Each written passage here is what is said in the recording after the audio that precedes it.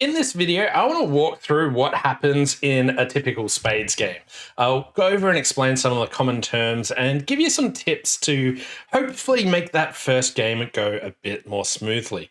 What I want to cover in this video is the objective of the game, the setup, the bidding phase and the play phase, what breaking spades actually is, what happens when you bid nil, some of the scoring basics, and some general tips for playing your first game. So what is the objective of Spades? So Spades is a 4-player game, but it's played in teams of 2. So the person sitting across from you is your teammate.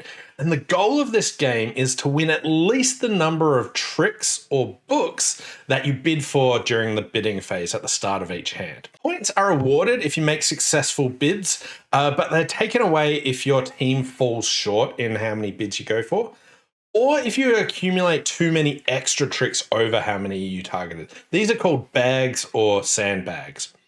So to set up for a game of Spades, what you'll need is just standard deck of playing cards, 52 cards, no jokers involved. And each player is dealt 13 cards, which you'll sort into suits. And once that's done, it's time to start the bidding phase. So in the bidding, what players do is they estimate how many tricks their side is going to take. In the bidding phase, players take turns to nominate how many tricks they think they're going to take based on the strength of their hand, how good their hand actually is. So for this, the bidding starts with the person to the left of the dealer and then proceeds clockwise. Each player gets to nominate how many tricks they think they'll get between 0, nil, and 13 tricks. And then once that happened, the bids of both players on their team, the partnership, are combined together. And the partnership has to try and win exactly that number of tricks combined. If you go over, there is a punishment if your team accumulates 10 bags. More on that later. One important rule of the bidding phase is that you must bid your hand before any of the cards are played, and also spades are always the trump suit. That means that if you can't follow suit, you could play a spade and the lowest spade will beat any of the other cards from different suits. But spades cannot be played until they are broken, but I'll touch on that again later. Let's now look at the play phase. So once all the bidding is done, the play starts from the first lead. This comes from the player to the left of the dealer, and they can lead any suit they want except for spades. Play will continue clockwise, and players must follow suit if they can. If they don't have the card of the suit that's played, they can play any other suit, including spades. Spades are trumps. This means that if spades are played on a trick where a separate suit was led, that spade is going to win unless another higher spade is played.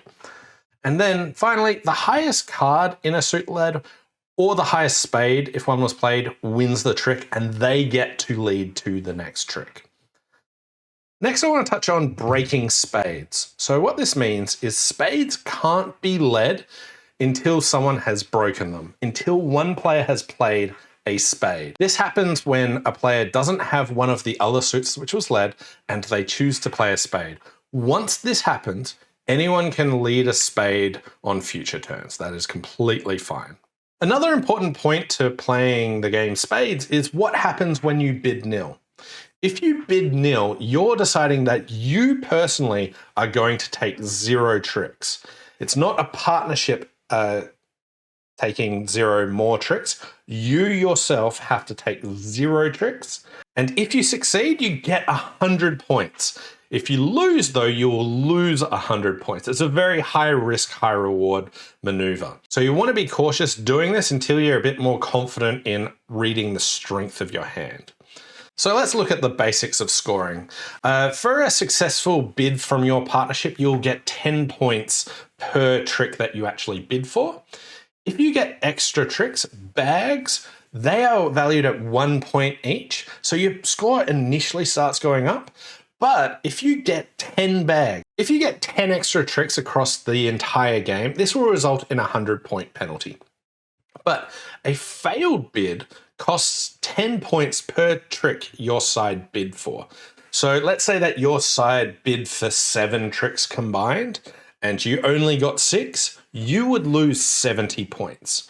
Whereas if your side bid for 7 tricks and you got 8, you would score 70 points for making it, plus 1 for the extra trick or the bag.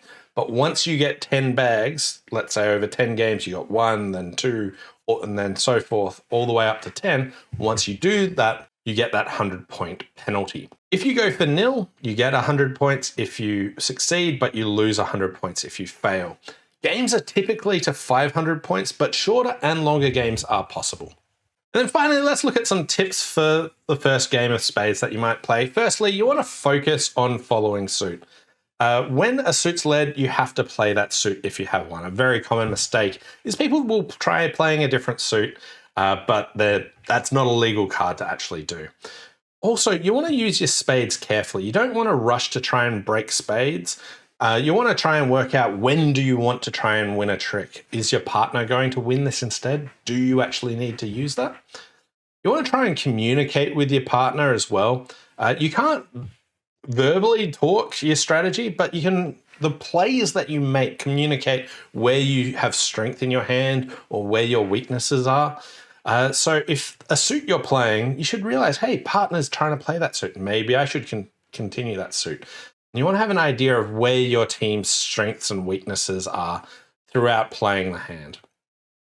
You want to also avoid bags where possible. Winning more tricks might seem good, but those extra bags will hurt in the long run if you just keep getting lots of them.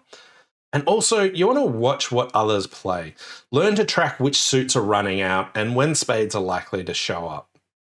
So that's my guide to your first game of Spades. We went over the objective of the game, the setup, the bidding and the play phase, what breaking spades actually means, what happens when you bid nil, the basics of scoring, and a couple of tips for your first game. Thanks all for watching, and we'll see you next time.